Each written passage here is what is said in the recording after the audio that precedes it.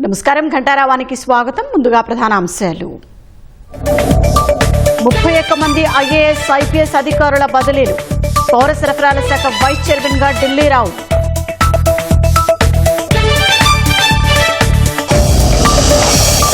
ఉప్పాడ మత్స్యకారుల సమస్యలు పరిష్కరిస్తామన్న పవన్. కాలుష్య నివారణ కార్యాచరణకు 100 రోజులు కావాలని విజ్ఞప్తి.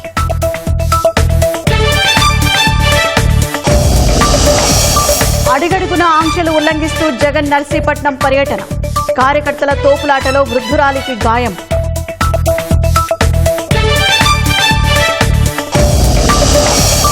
వైద్య కళాశాలల నిర్మాణంలో జగన్ అవినీతికి పాల్పడ్డారన్న సత్యకుమార్. ఒక్కో కాలేజీ నుంచి 100 కోట్లు లంచం తీసుకున్నారని ఆరోపణ. బీహార్ అసెంబ్లీ ఎన్నికల్లో ఆర్జేడీ హామీల పర్వం. ప్రతి కుటుంబానికి ప్రభుత్వ ఉద్యోగం ఇస్తామని ప్రకటన.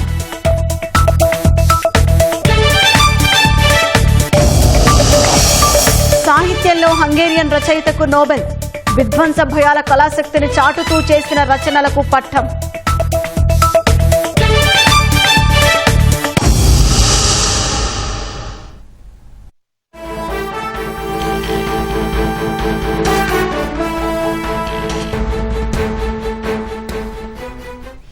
తాజాంశాన్ని చూస్తున్నాం. రాష్ట్రంలో 31 మంది ఐఏఎస్లు ఐపీఎస్లను ప్రభుత్వం బదిలీ చేసింది. ఇక మరింత సమాచారం మా ప్రతినిధి వెంకటరమణను అడిగి తెలుసుకుందాం. వెంకటరమణ, అఖిల భారత సర్వీసుల అధికారుల బదిలీలపై తాజా సమాచారం ఏంటి? ఇప్పటికే రాష్ట్రంలో పలు విభాగాల ఉన్నతాధికారులను బదిలీ చేసి, అలాగే పలు జిల్లాల కలెక్టర్లు, అలాగే ఐపీఎస్ లను కూడా బదిలీ చేసి పారదర్శక పాలన దిశగా అడుగులు వేస్తున్నటువంటి రాష్ట్ర ప్రభుత్వం మరిన్ని బదిలీలు, అలాగే ఈ అపాయింట్మెంట్స్, పోస్టింగ్స్ కూడా ఇస్తూ నిర్ణయం తీసుకుంది. దీనికి సంబంధించి ముఖ్యమంత్రి చంద్రబాబు నాయుడు సుదీర్ఘంగా కసరత్తు చేసిన అనంతరం ఇప్పటికే పలువురు పోస్టింగ్లు ఇచ్చిన వారికి, వాళ్ళందరూ వెయిటింగ్ లో ఉన్నటువంటి పలువురు అధికారులందరూ కూడా పోస్టింగ్లు ఇస్తూ ఆదేశాలు జారీ చేశారు. అలాగే పలు జిల్లాల్లో ఉన్నటువంటి ఐఏఎస్ అధికారులను కూడా బదిలీ చేస్తూ వేరొక పోస్టుల్లో నియమించడం జరిగింది. మొత్తంగా 31 మంది ఐఏఎస్ అధికారులు, వీళ్ళందరూ కూడా బదిలీలు కావచ్చు, అలాగే పోస్టులకు సంబంధించి నిర్ణయాలు తీసుకొని ఆదేశాలు జారీ చేయడం జరిగింది. మొత్తంగా చూస్తే కనుక చాలా కీలకమైనటువంటి పోస్టుల్లో కూడా పలువురు సమర్థవంతమైనటువంటి అధికారులను నియమిస్తూ రాష్ట్ర ప్రభుత్వం ఆదేశాలు జారీ చేసింది. మొత్తంగా 31 మందిలో పలువురు ఐఏఎస్లు ఉన్నారు, అలాగే ఐఆర్ఎస్లు, అలాగే ఇతర సంబంధించినటువంటి జిల్లాలో ఉన్నటువంటి జాయింట్ కలెక్టర్స్ హోదా కలిగినటువంటి వారు కూడా అత్యధిక మంది ఎక్కువగా ఉన్నారు. వీరందరూ చూస్తే మొత్తం 31 మందిలో కీలకమైనటువంటి పోస్టుల్లో పలువురు అధికారులను నియమిస్తూ ఆదేశాలు జారీ చేశారు. సిఎస్ విజయానంద్ ఈ మేరకు 10 సేపటి క్రితమే ఉత్తర్వులు జారీ చేయడం జరిగింది. మొత్తంగా చూస్తే కనుక వ్యవసాయ శాఖ డైరెక్టర్ గా మంజీర్ జిలానీ సామూన్ ను రాష్ట్ర ప్రభుత్వం నియమించింది. అదేవిధంగా ఏపీపీఎస్సీ కార్యదర్శిగా పఠాన్ శెట్టి రవిసుభాష్ ను నియమిస్తూ ఆదేశాలు జారీ చేసింది. అలాగే ఏపీఎస్పీడీసీఎల్ సీఎండీగా శివశంకర్ లోతేట్ ని నియమించారు. అదేవిధంగా AP state civil supplies corporation VC and ఎండీగా ఢిల్లీరావు నియమిస్తూ ఆదేశాలు జారీ చేశారు. ఇంటర్మీడియట్ ఎడ్యుకేషన్ డైరెక్టర్ గా పి రంజిత్ భాషను నియమించారు. అలాగే రంజిత్ భాషకు కమిషనర్ పాఠశాల మౌలిక సదుపాయాల సంబంధించినటువంటి అదనపు బాధ్యతలు కూడా అప్పగించడం జరిగింది. AP state housing corporation VC and ఎండీగా పి అరుణ్ బాబును నియమించారు. సిసిఎల్ఏ అదనపు కార్యదర్శిగా జేవి మురళిని, అలాగే సిసిఎల్ఏ జాయింట్ సెక్రటరీగా పిఎస్ చేతన్ ను నియమిస్తూ ఆదేశాలు జారీ చేశారు. AP state warehousing corporation VC and ఎండీగా బి నవ్య, అలాగే AP airport development corporation limited ఎండీగా సివి ప్రవీణ్ ఆదిత్యకు అదనపు బాధ్యతలు అప్పగించారు. ఇంకా ఐఎన్పిఆర్ సంబంధించినటువంటి ఎక్సాఫిషియో డిప్యూటీ సెక్రటరీ, అలాగే జనరల్ అడ్మినిస్ట్రేషన్ గా కెఎస్ విశ్వనాథ్ ను రాష్ట్ర ప్రభుత్వం నియమించింది. అదేవిధంగా పలు జిల్లాలకు సంబంధించినటువంటి జాయింట్ కలెక్టర్లను కూడా బదిలీ చేయడం సహా ఆ స్థానంలో మరొకరిని కూడా నియమిస్తూ ఆదేశాలు జారీ చేసింది. అలాగే ఏపీ ట్రాన్స్కో జేడీగా జి సూర్యసాయి ప్రవీణ్ చంద్ ను నియమించారు. బాపట్ల జాయింట్ కలెక్టర్ గా భావనను నియమించారు. అలాగే సాంఘిక సంక్షేమ శాఖ డిప్యూటీ కార్యదర్శిగా టి విష్ణుచరణ్ ను నియమిస్తూ ఆదేశాలు జారీ చేశారు. వైద్య ఆరోగ్యం కుటుంబ సంక్షేమం డిప్యూటీ సెక్రటరీగా శోభిక నియమితులయ్యారు. ఏపీ మారిటైమ్ బోర్డు సీఈఓగా అభిషేక్ కుమార్ అపాయింట్ చేస్తూ రాష్ట్ర ప్రభుత్వం ఆదేశాలు జారీ చేసింది. అలాగే నంద్యాల జిల్లా జాయింట్ కలెక్టర్ గా కొల్లబాతుల కార్తిక్ నియమించారు. అలాగే పరిశ్రమల శాఖ డైరెక్టర్ గా శుభం బన్సాల్ ను నియమించారు. ఏలూరు జిల్లా జాయింట్ కలెక్టర్ గా అభిషేక్ గౌడను, కర్నూలు జిల్లా జేసీగా నూరుల్ కిముర్ను నియమించడం జరిగింది. వీరందరికీ కూడా మొత్తంగా పారదర్శక పాలన లక్ష్యంగా ఈ మేరకు బదిలీలు అలాగే పోస్టింగ్ కూడా చేయడం జరిగింది. చాలా మంది ఇప్పుడు చేసినటువంటి 31 మంది అధికారులను కూడా చాలా మంది చాలా కాలంగా వెయిటింగ్ లో ఉన్న వారు కూడా ఉన్నారు. వారందరికీ కూడా మంచి పదవులు ఇచ్చేసి వారిని కూడా కీలకమైనటువంటి పోస్టుల్లో కూడా నియమిస్తూ రాష్ట్ర ప్రభుత్వం ఆదేశాలు జారీ చేసింది. ఈ బదిలీలు వెంటనే వర్తిస్తాయని చెప్పేసి ఇచ్చినటువంటి ఆదేశాల్లో సీఎస్ వెల్లడించడం జరిగింది.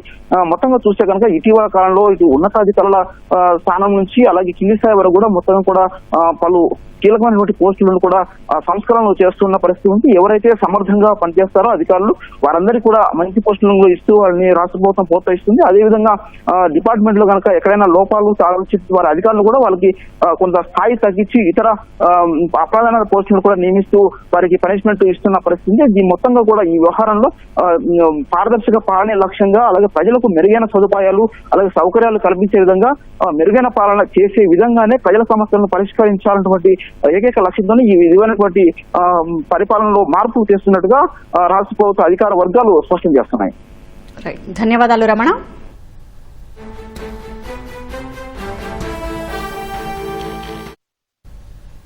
ఉప్పాడ తీర ప్రాంత మత్స్యకార కుటుంబాల కోసం 323 కోట్ల రూపాయలతో రక్షణ గోడ నిర్మించేందుకు కేంద్రం సానుకూలంగా ఉందని ఉప ముఖ్యమంత్రి పవన్ తెలిపారు. కాకినాడ జిల్లా పిఠాపురం నియోజకవర్గం ఉప్పాడ బహిరంగ సభలో పాల్గొన్న పవన్ పరిశ్రమల నుంచి వచ్చే కాలుష్యం వల్ల మత్స్యకారులు ఇబ్బంది పడుతున్నారన్నారు. మత్స్యకారుల జీవనోపాధి దెబ్బతినకుండా తగు జాగ్రత్తలు తీసుకునేలా బాధ్యతను తాను తీసుకుంటారని చెప్పారు. నక్కపల్లి సెజ్ తుని నియోజకవర్గంలోని దివేస్ అరబిందో పరిశ్రమల నుంచి కాలుష్యం వస్తోందన్న పవన్ వాటికి అనుమతులు వైఎస్ హయాంలో వచ్చాయని చెప్పారు. వ్యర్థాలను శుద్ధి చేసి వదిలేలా పరిశ్రమలతో చర్చిస్తున్నట్లు చెప్పారు. 100 రోజుల సమయం ఇస్తే కాలుష్యంపై ప్రణాళిక ఆడిట్ రూపొందిస్తామన్నారు. ఉప్పాడ సీ ప్రొడక్షన్ వల్ల లాస్ట్ టైం మనం ఇక్కడికే వచ్చాం. అలాగే మనకి సెంట్రల్ నుంచి కోస్టల్ రెగ్యులేటరీ జోన్ అథారిటీ వాళ్ళని పిలిపించాం. సో పిలిపించినప్పుడు మనం పంపించిన ప్రతిపాదన 323 కోట్లతోటి రక్షణ గోడ నిర్మాణానికి కేంద్ర ప్రభుత్వం సానుకూలంగా ఉంది. దీనికి సంబంధించి ఈ నెల 14వ తారీఖున కేంద్ర గృహశాఖ కార్యదర్శి ఆధ్వర్యంలో ఢిల్లీలో ఈ మీటింగ్ జరగబోతా ఉంది. నేను వారికి ఒకటే తెలియజేశాను, ఉప్పాడ తీర ప్రాంతం సంవత్సరానికి 20 నుంచి 25 మీటర్లు కోతకు గురవుతా ఉంది, ఉన్న ఇళ్లు పోతా ఉన్నాయి. అందుకని సీ ప్రొటెక్షన్ వాళ్ళు చాలా అవసరం అని చెప్పి సెంట్రల్ హోమ్ మినిస్ట్రీకి చెప్పడం జరిగింది. ఇది నేను మీకు మాట ఇచ్చాను మొన్న ఎలక్షన్ టైంలో కూడా, ఇప్పటికీ నేను మీకు మాట ఇస్తున్నాను. ఆల్రెడీ 14వ తారీఖు అయితే 323 కోట్ల రూపాయలు కాబట్టి ఇలా చేతిలో మంత్రదండం ఉన్నట్టుగా వెంటనే ఇలా నేను చెప్తే అయ్యేది కాదు. ఇది చాలా లేయర్డ్గా జరుగుద్ది. సో మొదట 2 మీటింగ్లు అయినాయి, ఇప్పుడు 3వ మీటింగ్ జరుగుతూ ఉంది. ఖచ్చితంగా నా నమ్మకం 323 కోట్ల రూపాయలు కేంద్ర ప్రభుత్వం మన సీ ప్రొటెక్షన్ వాళ్ళకి ఇవ్వబడుతుంది. ఇవి కాకుండా రాష్ట్ర విపత్తు నిర్వహణ సంస్థ మరియు మహాత్మా గాంధీ జాతీయ ఉపాధి హామీ పథకం ద్వారా ఉప్పాడ నుండి కొనపాపపేట వరకు వచ్చే ఈ మన 5,65,00,000 రూపాయలతోటి తీర రక్షణ పనులు చేపడుతున్నాం. దాంట్లో భాగంగా పనులు కొంత ప్రారంభమైనవి. ఇది మీ దృష్టి కూడా తీసుకొస్తా ఉన్నాం. అసలు వాతావరణ కాలుష్యం అనేది ఇది చాలా ఇబ్బందికరమైనది అయిపోయింది. ముఖ్యంగా పరిశ్రమల వల్ల నుంచి వచ్చే విడుదలయ్యే రసాయనాలు కానీ, వాయు కాలుష్యం కానీ, శబ్ద కాలుష్యం కానీ, దానికి సంబంధమైన ప్రతి కాలుష్యం కూడా చాలా ఇబ్బంది పెడతా ఉంది. నేను ఒకటే తెలియజేస్తా ఉన్నాను, ముఖ్యంగా పెట్టుబడులు రావాలి, పరిశ్రమల్ని భయపెట్టకూడదు గత ప్రభుత్వం లాగా అని చెప్పి చాలా జాగ్రత్తగా సంయమనంతో తెలియజేస్తా ఉన్నాం. సరే, వాళ్ళ తప్పులు ఏదైనా ఉంటే సరిదిద్దుకునేలాగే ఒక ప్రయత్నం చేస్తా ఉన్నాం. సో నేనేమడిగానంటే, ముందు మీకు కొంత అవగాహన రావాలి కాబట్టి పరిశ్రమలు కనుక లేకపోతే ముందుకు తీసుకెళ్లేం అభివృద్ధి కావాలంటే ఎంతో కొంత పొల్యూషన్. కానీ మిగతా ప్రాంతాలు వేరు, కొత్తపల్లి ఉప్పాడ ప్రాంతం వేరు. మీ కష్టాల్లో నేను ఒక సాటి మత్స్యకారుడుగా ఉంటే ఇదే నా జీవనోపాధి ఎలా ఉంటుందో అది నేను మనస్ఫూర్తిగా అర్థం చేసుకొని నేను వారికి ఒకటే తెలియజేశాను. ఒకటి, ఈ నక్కపల్లి ఎస్సీజెడ్ కానీ, ఇప్పుడు వచ్చిన అరబిందో కానీ, దివీస్ కానీ, అటు డెక్కన్, ఇవన్నీ కూడా ఇది మన ప్రభుత్వం వచ్చినప్పుడు వచ్చినవి కావు. ఇవి 2005లో ప్రారంభించిన పరిశ్రమలు ఇవన్నీ. వైఎస్ రాజశేఖర రెడ్డి గారు ప్రారంభించిన ఇవన్నీ. ఇది జనసేన కానీ మిగతా మన పార్టీలు ఎవరు కూడా చేసింది కాదు. ఇక్కడ సమస్య ఏమొచ్చిందంటే, వ్యర్థాలని శుద్ధి చేయకుండా సముద్రంలో కలిపేస్తున్నారు. తద్వారా ఏం జరుగుతుందంటే మన మత్స్య సంపద దెబ్బతింటా ఉందని. దానికి నేనేం చెప్పానంటే, కలెక్టర్ గారు షణ్మోహన్ గారితో మాట్లాడి ముఖ్యంగా నేను చెప్పింది ఏంటంటే, అసలు ఎంత పొల్యూషన్ జరుగుతుంది ఆ ఆడిట్ ని ఒకసారి చేయమని చెప్పాం. మాకు కనీసం ఒక 100 రోజుల సమయం కనుక మీరు ఇస్తే దీనికి ఒక రోడ్ మ్యాప్, ఒక ప్లాన్ క్రియేట్ చేసి మీ ముందు పెట్టి మీ అందరి అనుమతితోటే మనకి ఉపాధి అవకాశాలు ఉంటూనే మనకి కాలుష్యాన్ని ఎలా నివారించాలి అన్న దాని మీద నా ప్రణాళికకి నాకు కనీసం ఒక 100 రోజుల సమయం కావాలి. ఆ 100 రోజుల సమయాన్ని మిమ్మల్ని ఇమ్మని నేను ఆర్థించడానికే నేను ఈ రోజు మీ ముందుకు వచ్చాను. ఎందుకంటే మీరు 4 రోజులు ధర్నా చేస్తే 5వ రోజు పరిష్కారం నిజంగా రాదు. ఎందుకంటే దీని వెనక చాలా ఉన్నాయి. పరిశ్రమలు మనం ఇచ్చింది కాదు, వైసీపీ నాయకులు ఇచ్చింది. వైసీపీ నాయకులు ఇచ్చిన పరిశ్రమలు మన కూటమి ప్రభుత్వం వచ్చిన తర్వాత వచ్చిన పరిశ్రమలు కాదు. సో అందుకని అలా అని చెప్పి వాళ్ళలాగా భయపెట్టి పారిశ్రామికవేత్తలను భయపెట్టి పారిపోతే అది దేశపరంగా ఇంకోలాంటి సంకేతాలు వెళ్తాయి, అదో ఇంకో సమస్య ప్రారంభమవుద్ది. సో మేము ఆలోచిస్తుంది వయా మీడియాగా మధ్యలో పొల్యూషన్ రాకుండా, మన మత్స్య సంపద చనిపోకుండా ఎలాంటి పరిష్కారం వెతకాలి.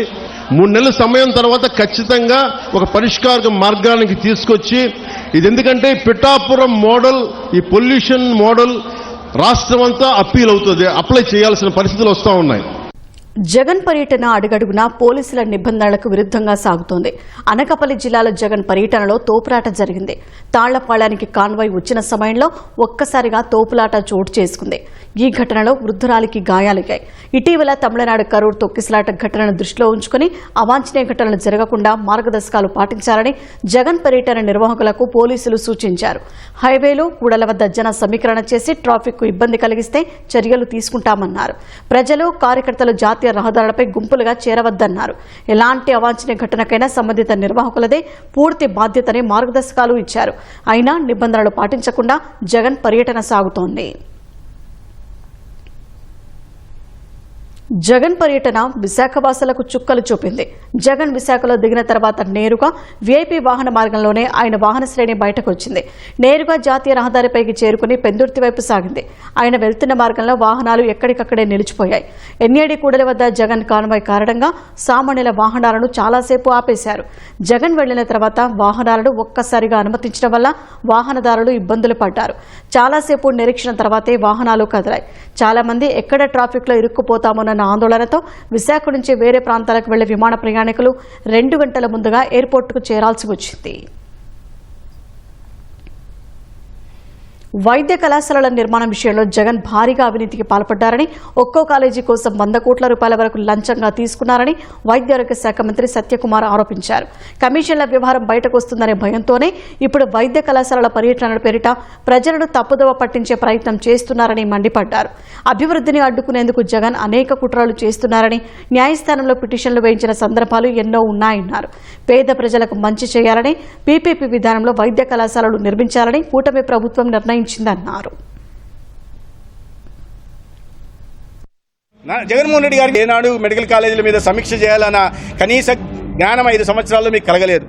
ఆ పురోగతి ఏ రకంగా ఉంటుందని పట్టించుకోలేదు. బిల్లులు చెల్లించాల్సిన ఆలోచన చేయలేదు. భవన నిర్మాణాలు ఏ రకంగా నాణ్యత ఉందా అన్న విషయాన్ని పట్టించుకోలేదు. కాబట్టి మీకు ఈ రాష్ట్రంలో వైద్య విద్యను అభ్యసించాలనుకుంటున్న విద్యార్థులకు, పేద విద్యార్థులకి నాణ్యమైన వైద్య విద్యను అందించాలనే ఆలోచన మీకు లేదనే విషయం ఇక్కడ అర్థమవుతోంది. ఇంకో మాట, అక్కడ దాకా వెళ్ళారు కాబట్టి ఉత్తరాంధ్రలో వెళ్ళి గతంలో ఆ రకంగా చేయడం మొదలు పెట్టారు. లాగి పెడితే మళ్ళీ ఇక్కడ వచ్చి పడ్డారు. సరే, పక్కన పెట్టేస్తే 17 కళాశాలలు కట్టాను అంటుంటారు. ఎక్కడ కట్టారో మనకు తెలియదు. కళల్లో కట్టుకున్నారేమో తెలియదు, కళల సౌదాలను నిర్మించుకున్నారేమో మాకు తెలియదు. అది పక్కన పెట్టేస్తే అక్కడ భూమి సేకరణ కూడా చేయలేదు, టెండర్లు కూడా పిలవలేదు. కాస్త కిందికి వచ్చి అక్కడి నుంచి నర్సీపట్నం నుంచి రిటర్న్లో వస్తున్నప్పుడు అదే కారులో బై రోడ్డు అదే 1000 మందిని కాపాస్తే దండయాత్రగా తీసుకెళ్లి పాలకొల్లుకి వెళ్తే పాలకొల్లులో కూడా పునాదులు మాత్రమే కనిపిస్తాయి. మరి పునాదులు నిర్మించిన చోట మెడికల్ కళాశాల సాధ్యం ఎలా అవుతుందో, బోధన ఎలా సాధ్యం అవుతుందో చెప్పాల్సిన అవసరం ఉంది. మరి కాస్త కిందికి వస్తే బాపట్లకు వస్తే పునాదులు మాత్రమే కనిపిస్తాయి. అడ్మినిస్ట్రేటివ్ శాంక్షన్ మాత్రం ఆర్భాటంగా 500 నుంచి 600 కోట్లు ఇచ్చారు. నిర్మాణం చేయాలి కదా. దీన్ని అన్ని బట్టి చూస్తుంటే ఎన్ఎంసీ నామ్స్ ప్రకారం ఒక 420 పడకల ఆసుపత్రిని నిర్మించాలంటే 325 కోట్లు అవసరం అవుతుందనేది అంచనా. దాని ప్రకారం సరే 400 కోట్లు వేసుకోవచ్చు. కానీ 500 కోట్ల నుంచి 600 కోట్లు వేశారంటే ఇప్పుడు జగన్మోహన్ రెడ్డి గారు ఆ అడ్మినిస్ట్రేటివ్ శాంక్షన్ని 500 నుంచి 600 కోట్లు వేసి 17 కళాశాలల మీద నిర్మిస్తానని చెప్పి ఆ గుత్తేదారుల దగ్గర నుంచి కమిషన్లు తీసుకున్నారు. కాబట్టి ఆ కమిషన్లు మళ్ళీ తిరిగి చెల్లించమని ఆ గుత్తేదారులు ఒత్తిడి చేస్తున్నారు. కాబట్టి ఇప్పుడు దిక్కుదోచక నేను రద్దు చేస్తాను, ఎవరిని రానివ్వను, నేను కమిషన్లు మళ్ళీ మీకు ఎన్నిక ఇవ్వలేను. ఒక్కొక్క కళాశాలలో ఈ లెక్క చొప్పున 100 కోట్లు జగన్మోహన్ రెడ్డి గారు కమిషన్ తీసుకున్నట్టు. ఈ వైద్య విద్యను అందించాల్సిన చోట కూడా రాజీబడి కమిషన్లకు పెద్దపీట వేయడం కారణంగా ఇవాళ భవంతుల నిర్మాణం జరగలేదని నేను స్పష్టంగా చెప్తున్నా. లేకుంటే 400 కోట్లు లోపల ఖర్చుకోవాల్సింది 600 కోట్లకి అడ్మినిస్ట్రేటివ్ శాంక్షన్ వేశారంటే దాన్ని బట్టి అర్థం చేసుకోవాల్సింది. ఎక్కడన్నా వేరే భూములు కొన్నారా అంటే ప్రభుత్వ భూములే ఇవ్వడం జరిగింది. కమిషన్ల కోసం చేసిన ఇది బయట పడిపోతుందనే ఉద్దేశంతో ఇవాళ అవాస్తవాల్ని అసత్యాల్ని ప్రచారం చేస్తూ గందరగోళ పరిస్థితులను చేసుకుంటూ తన జేబుల్లోకి ఆల్రెడీ వెళ్ళిపోయిన కమిషన్ వాళ్ళు బయటికి తీసుకురాకుండా జగన్మోహన్ రెడ్డి గారు చేస్తున్న విశ్వ ప్రయత్నాలు తప్పిస్తే ఇక్కడ రాష్ట్రంలో పేదల గురించి కానీ విద్యార్థుల గురించి కానీ జగన్మోహన్ రెడ్డి గారు మాట్లాడితే 5 సంవత్సరాలైన పాలన ఎలా జరిగిందో, విద్యార్థులను ఏ రకంగా ఇబ్బంది పెట్టారో, పేదల్ని ఏ రకంగా హింసించారో, అనేక వర్గాల పట్ల ఎటువంటి ద్వేషభావంతో మెలిగారో అది చూశారు. కాబట్టి ఆయన మాట్లాడితే దయ్యాలు వేదాలు వల్లించినట్టుగా ఉంటుంది. పీపీపీ విధానంలో ప్రభుత్వ కోటాలో 110 మెడికల్ సీట్లు అదనంగా పెరుగుతాయని టీడీపీ రాష్ట్ర అధ్యక్షుడు పల్లా శ్రీనివాసరావు చెప్పారు. మెడికల్ కళాశాలపై జగన్కు పల్లా బహిరంగ లేఖ రాశారు. ప్రజలు అడిగే ప్రశ్నలకు సమాధానం చెప్పాలని డిమాండ్ చేశారు. ప్రభుత్వ మెడికల్ కాలేజీలో ప్రైవేటు కోటాకు 50% సీట్లు కేటాయిస్తూ జీవోలు విడుదల చేసింది జగన్ ప్రభుత్వం కాదా అని ప్రశ్నించారు. ప్రభుత్వ మెడికల్ కాలేజీల నిర్మాణాలకు రాష్ట్ర ప్రభుత్వ నిధులు రూపాయి కూడా జగన్ ప్రభుత్వం ఎందుకు ఖర్చు పెట్టలేదని నిలదీశారు. 4 ఏళ్ల జగన్ పాలనలో నిర్మాణాలు పూర్తయింది, కేవలం 18% మాత్రమేనని పల్లా స్పష్టం చేశారు. జగన్ ప్రభుత్వ విధానం కన్నా కూటమి ప్రభుత్వ పీపీపీ విధానం వల్ల మన రాష్ట్ర విద్యార్థులకు ప్రభుత్వ కోటాలో 110 సీట్లు అదనంగా వస్తాయనేది నిజం కాదా అని నిలదీశారు. పీపీపీ విధానంలో అయితే రాబోయే 2 ఏళ్లలో కాలేజీల నిర్మాణాలు జరిగి అందులో 1750 సీట్లు త్వరగా మన విద్యార్థులు పొందుతారని వివరించారు. మెడికల్ కాలేజీల పేరుతో జగన్ చేస్తున్న రాజకీయం స్వార్థ ప్రయోజనాల కోసమే తప్ప రాష్ట్ర ప్రయోజనాల కోసం కాదని పల్లా విమర్శించారు. ఇచ్చిన హామీలన్నింటినీ కూటమి ప్రభుత్వం నెరవేరుస్తుంటే జగన్ ఓర్వలేకపోతున్నారని మంత్రి అనగాని సత్యప్రసాద్ ధ్వజమెత్తారు. ప్రజలు సంతోషంగా ఉంటే వారిలో అలజడి సృష్టించేందుకు జగన్ విశాఖలో పర్యటిస్తున్నారని మండిపడ్డారు. ప్రజలు బాగుండటం జగన్కు ఇష్టం లేదని చెప్పారు. ఈరోజు పీపీపీ అంటే కూడా ఏదో ప్రైవేట్ పూర్తి పరం అయిపోయినట్టుగా తప్పులు చెప్తా ఉన్నారు. అతనికి పీపీపీ అంటే అతనికి వేరు. అతను చేశాడు చాలా కార్యక్రమాలు పీపీపీ చేశాడు. ఏం పీపీపీ అంటే ఆయన పార్టీకి, ఆయన పాకెట్కి, ఆయన ప్రైవేట్ మనుషులకి ఆయన చేశాడు. మేము అట్లా కాదు, ప్రజలకు ఉపయోగపడే కార్యక్రమం. వాళ్ళు చెప్పిన విధంగా చేస్తే ఆ సీట్లన్నీ అమ్ముకునే ఇచ్చినటువంటి జీవోలు ఉన్నాయి. 107, 108, 133 ప్రైవేటు పరంగా ప్రైవేట్ వాళ్ళు తీసుకునే విధంగా. కానీ ఈ రోజున మనకి విధానంతో ముందుకెళ్తా ఉంది. 8,500 కోట్ల రూపాయలు ఖర్చు పెట్టాల్సిన దగ్గర 1,500 కోట్లు ఖర్చు పెట్టి దాంట్లో ముఖ్య సింహభాగం కేవలం పులివెందుల ప్రాంతీయ ప్రీతి అందరికీ ఉండాలి. కానీ ఇలాంటి విద్యా సంస్థలను దాంట్లో కాదు, పులివెందులు మాత్రం ఎక్కువ ఖర్చు పెట్టి మిగతా వాటిలన్నీ కూడా 10%, 12% పూర్తి చేసి ఈరోజు వాటిని విజిట్ చేయడం అంటే నిజంగా హాస్యాస్పదంగా ఉంది అందరికి కూడా. ఆయన చేసిన పేస్లో పోతే ఇంకో 17 సంవత్సరాలు పట్టుద్ది. ఏది ఇక్కడ ఈ మెడికల్ కాలేజీకి రావాలంటే అంటే మనం దాదాపు 2,000 సీట్లు కోల్పోతాం, పీజీ సీట్లు కోల్పోతాం. ఇవన్నీ మాట్లాడకుండా కేవలం అందరు కులాలకి, మతాలకి, ప్రాంతాలకి వచ్చి చిచ్చు పెట్టే విధంగా గతంలో ఎలా పరిపాలించాడో ఈ రోజున ఎటు అపోజిషన్ హోదా లేదు. కానీ అక్కడికి వెళ్ళి అలజడి సృష్టిస్తా ఉన్నాడు. ఈరోజు మనం చూస్తా ఉన్నాం ఆ ప్రాంత ప్రజలందరూ కూడా మాకు వద్దు, గో బ్యాక్ అని కూడా చేస్తా ఉన్నారు. ఎందుకంటే అతని పరిపాలన సమయంలో అతను చేసిన అన్యాయం, ఎలా అయితే దళితులని హోమ్ డెలివరీ చేశారు, ఎలాగైతే సుధాకర్ డాక్టర్ని చంపారు, ఎలాగైతే గిరిజన యూనివర్సిటీ రాకుండా ఆ ప్రాంతాల్లో చేశాడో ఇప్పుడు గిరిజన ప్రాంతంకి వెళ్తే తెలుస్తుంది, తరిమి కొడతాను. ఈ పీపీపీ విధానంలో 110 సీట్లు అదనంగా వస్తాయి, పేదవాడికి వస్తాయి తప్ప ఎక్కడ కూడా ఎవరికి కూడా అన్యాయం జరగదని చెప్పేసి కూడా మేము తెలియజేస్తాం. ఈ నెల 16న ప్రధాని మోదీ ఉమ్మడి కర్నూలు జిల్లాలో పర్యటించనున్నారు. మొదట శ్రీశైలం మల్లన్నను దర్శించుకుని కర్నూలుకు రానున్నారు. కర్నూలు శివారులోని నన్నూరు వద్ద సుమారు 450 ఎకరాల్లో భారీ బహిరంగ సభ నిర్వహణకు ఏర్పాట్లు చేస్తున్నారు. ఇక మరింత సమాచారం మా ప్రతినిధి శ్యామ్ అందిస్తారు. ఈ నెల 16వ తేదీన ప్రధానమంత్రి నరేంద్ర మోదీ ఉమ్మడి కర్నూలు జిల్లాలో పర్యటించనున్నారు. ఆ పర్యటనకు సంబంధించిన ఏర్పాట్లు చకచకా సాగుతున్నాయి. ప్రస్తుతం మనం కర్నూలు శివార్లలోని నన్నూరు వద్ద ఉన్నాము. నన్నూరు వద్ద దాదాపు 450 ఎకరాల్లో భారీ బహిరంగ సభ ఏర్పాటు చేయనున్నారు. జీఎస్టీ సంస్కరణల నేపథ్యంలోనే, ఈ జీఎస్టీని తగ్గించిన నేపథ్యంలోనే విస్తృతంగా ఈ విషయాలని ప్రజల్లోకి తీసుకెళ్లాలన్న ఉద్దేశంతో భారీ బహిరంగ సభ ఏర్పాట్లు చేస్తున్నారు. బహిరంగ సభకు సంబంధించిన ఏర్పాట్లు మనం స్పష్టంగా చూడొచ్చు. ఈ ప్రధాన వేదిక మనం చూడొచ్చు. ఈ ప్రధాన వేదికలో ప్రధానమంత్రి మోదీ, ముఖ్యమంత్రి చంద్రబాబు, ఉప ముఖ్యమంత్రి పవన్ కళ్యాణ్తో పాటు ముఖ్య నేతలందరూ కూడా ఈ వేదిక నుంచినే ప్రసంగించనున్నారు. ప్రధానంగా ఈ వేదిక ఎదురుగా మనం చూడొచ్చు.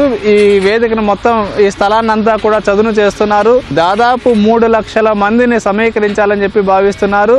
ఈ 450 ఎకరాల్లో ఈ ఏర్పాట్లన్నీ కూడా చేయనున్నారు. 3 లక్షల మందికి సరిపోయేటటువంటి అన్ని వసతులు కూడా ఇక్కడ కల్పించడానికి అధికారులు సన్నాహాలు చేస్తున్నారు. వారికి ఆహారం కానీ, మంచినీరు కానీ, ఎవరైనా అస్వస్థతకు గురైతే వైద్య సేవలు అందించడానికి కానీ, అంబులెన్సులు రావడానికి పోవడానికి కానీ, వాహన రాకపోకలకు సంబంధించి కానీ, వాహనాలకు సంబంధించిన పార్కింగ్ ప్రదేశాలు కానీ ఇవన్నీ కూడా ఏర్పాట్లు చేస్తున్నారు. మొత్తం 11 ప్రాంతాల్లో పార్కింగ్ ప్రదేశాలు ఏర్పాటు చేయనున్నారు. కర్నూలు ఎయిర్పోర్ట్ నుంచి ఇక్కడికి ప్రధాని రావడానికి వీలుగా 3 హెలీప్యాడ్లు ఏర్పాటు చేస్తున్నారు. ఈ 3 హెలీప్యాడ్ల పనులు కూడా చకచకా సాగుతున్నాయి. మొదట శ్రీశైలం వచ్చే అవకాశం ఉందని చెప్పి అధికారులు చెప్తున్నారు. అంటే వాస్తవానికి ఇప్పటి వరకు ప్రధాని 16వ తేదీన వస్తున్నట్లుగా ఖరారైంది, కానీ ఇంకా షెడ్యూల్ రాలేదు. మొదట శ్రీశైలంకు వచ్చే అవకాశం ఉందని చెప్పి చెప్తున్నారు. శ్రీశైలంలో భ్రమరాంబ మల్లికార్జున స్వామి వార్ల దర్శనం అనంతరం అధికారులతో శ్రీశైలం అభివృద్ధి మీద సమీక్షించే అవకాశం ఉంది. ఆ తర్వాత శివాజీ స్ఫూర్తి కేంద్రాన్ని సందర్శించే అవకాశం ఉందని చెప్పి ఇప్పటి వరకు అధికారులు చెప్తున్నారు. అక్కడి నుంచి నేరుగా కర్నూలుకు చేరుకోనున్నారు. కర్నూలులో ఈ ప్రాంతంలోనే బహిరంగ సభ ఉంటుంది. ఈ బహిరంగ సభలో దాదాపు 3 లక్షల మందిని ఉద్దేశించి ప్రధాని నరేంద్ర మోదీ ప్రసంగించనున్నారు. అంతకు ముందు కానీ ఆ తర్వాత కానీ లేకపోతే ఇక్కడి నుంచినే కర్నూలు జిల్లా ఓరకల్లు మండలంలో డ్రోన్ సిటీకి శంకుస్థాపన చేసే అవకాశం ఉందని కూడా చెప్తున్నారు. ఇప్పటికే డ్రోన్ సిటీకి శంకుస్థాపన చేస్తారని చెప్పి ముఖ్యమంత్రి చంద్రబాబు ఇప్పటికే ప్రకటించారు. ఈ ఏర్పాట్లకు సంబంధించిన అన్ని ఏర్పాట్లు చకచకా చేయాలి, ఎక్కడ ఎలాంటి ఇబ్బంది లేకుండా, ఎక్కడ లోపాలు లేకుండా ఈ ఏర్పాట్లను పూర్తి చేయాలని చెప్పి ఇప్పటికే ముఖ్యమంత్రి స్వయంగా అధికారులతో తరచుగా వీడియో కాన్ఫరెన్స్లు ఏర్పాటు చేసి అధికారులకు దిశానిర్దేశం చేస్తున్నారు. అధికారులు, ప్రజాప్రతినిధులు ఎప్పటికప్పుడు ఈ ప్రాంతంలోనే ఉంటూ ప్రధానమంత్రి బహిరంగ సభను, ప్రధానమంత్రి పర్యటనను విజయవంతం చేయాలని చెప్పి ఇప్పటికే పట్టుదలతో ఉన్నారు. మొత్తానికైతే ఈ నెల 16వ తేదీన ప్రధాని నరేంద్ర మోదీ ఉమ్మడి కర్నూలు జిల్లాలో పర్యటించనున్నారు. ఆ పర్యటనకు సంబంధించిన ఏర్పాట్లన్నీ కూడా చకచకా సాగుతున్నాయి. ఇది ప్రస్తుతం కర్నూలులోని తాజా పరిస్థితి. కెమెరామెన్ శేషుతో షామీ TV news, Kurnool. Over to studio. Hungarian రచయిత లాస్లో క్రాస్జాహోర్కై ఏడాది సాహిత్యంలో నోబెల్ పురస్కారానికి ఎంపికయ్యారు. అపోకలిస్టిక్ భయాల మధ్య కళాశక్తిని చాటుతూ ఆయన చేసిన రచనలకు గుర్తింపుగా ఈ అవార్డుకు ఎంపిక చేసినట్లు స్వీడిష్ అకాడమీ తెలిపింది.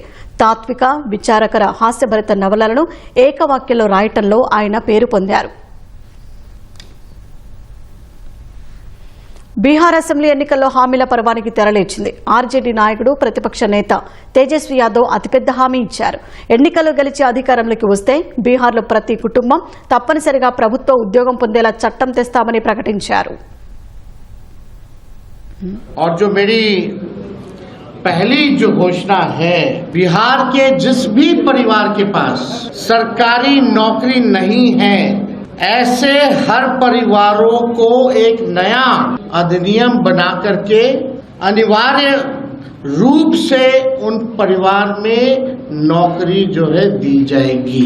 इन्होंने 20 साल तक कोई नौकरी नहीं दी, कोई रोजगार नहीं दी। सरकार बनते ही 20 दिनों के अंदर अधिनियम बनाएंगे और 20 महीनों के अंदर जिस परिवार में भी सरकारी नौकरी नहीं है, तेजस्वी उस हर परिवार को एक सरकारी नौकरी दिलाने का काम करेगा।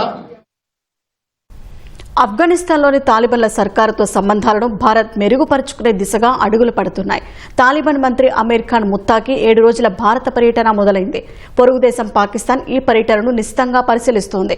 మరోవైపు ఆఫ్ఘనిస్తాన్లోని బాగ్రామ్ వైమానిక స్థావరం సొంతం చేసుకోవాలని భావిస్తున్న అమెరికా అధ్యక్షుడు డొనాల్డ్ ట్రంప్ నిర్ణయాన్ని వ్యతిరేకించిన దేశాల జాబితాలో రష్యా, చైనాతో పాటు భారత్ కూడా చేరింది. తాలిబాన్ మంత్రి అమీర్ ఖాన్ ముత్తాకి భారత పర్యటన మొదలైంది. వారం రోజుల పాటు సాగనున్న ఈ పర్యటనలో విదేశాంగ మంత్రి జయశంకర్, జాతీయ భద్రతా సలహాదారు అజిత్ డోబాల్తో ముత్తాకి చర్చలు జరపనున్నారు. 2021లో ఆఫ్ఘనిస్తాన్లో తాలిబాన్లు అధికారంలోకి వచ్చిన తర్వాత తాలిబాన్ మంత్రి భారత్లో పర్యటిస్తుండటం ఇదే తొలిసారి. తాలిబాన్ మంత్రి భారత పర్యటనను పొరుగుదేశం పాకిస్తాన్ నిశితంగా గమనిస్తోంది. చారిత్రకంగా ఆఫ్ఘనిస్తాన్తో భారత్కు మంచి సంబంధాలే ఉన్నాయి. ఇరు దేశాలు మిత్ర దేశాలుగా ఉన్నాయి. కానీ 2021లో అమెరికా బలగాలు ఆఫ్ఘనిస్తాన్ను వీడిన తర్వాత తాలిబాన్లు అధికారంలోకి రావడంతో ఆఫ్ఘనిస్తాన్లోని రాయబార కార్యాలయాన్ని భారత్ మూసివేసింది. ఏడాది తర్వాత వైద్యం, వాణిజ్యం, మానవతా సాయం కోసం చిన్న కార్యాలయాన్ని భారత్ ఆఫ్ఘనిస్తాన్లో తెరిచింది. ప్రస్తుతం ఆఫ్ఘనిస్తాన్లోని తాలిబాన్ ప్రభుత్వంతో సంబంధాలు మెరుగుపరుచుకోవాలని భారత్ భావిస్తోంది. తాలిబాన్ ప్రభుత్వాన్ని భారత్ ఇంకా అధికారికంగా గుర్తించలేదు. కానీ ఆ దేశ విదేశాంగ అధికారులతో పలుమార్లు చర్చలు జరిపింది. తాలిబాన్ మంత్రి భారత పర్యటన ఢిల్లీ, కాబుల్ సంబంధాల్లో కొత్త కోణంగా విశ్లేషకులు అభివర్ణిస్తున్నారు. ఆఫ్ఘనిస్తాన్లోని వ్యూహాత్మక బాగ్రామ్ వైమానిక స్థావరాన్ని తమకు అప్పగించాలని అమెరికా అధ్యక్షుడు డొనాల్డ్ ట్రంప్ పేర్కొనగా ఆ నిర్ణయాన్ని వ్యతిరేకించిన దేశాల జాబితాలో రష్యా, చైనాతో పాటు భారత్ కూడా ఉంది. ఆఫ్ఘనిస్తాన్ భూభాగం ఉగ్ర కార్యకలాపాలకు వేదిక కాకూడదని భారత్ పట్టుబడుతోంది. పహల్గామ్ ఉగ్రదాడిని ఆఫ్ఘనిస్తాన్లోని తాలిబాన్ల ప్రభుత్వం ఖండించింది. ఆపరేషన్ సింధూర్ సందర్భంగా మే 15వ తేదీన విదేశాంగ మంత్రి జయశంకర్ తాలిబాన్ సర్కారుతో ఫోన్లో మాట్లాడారు. ఈ నేపథ్యంలో తాలిబాన్ మంత్రి భారత పర్యటన కీలకంగా మారింది.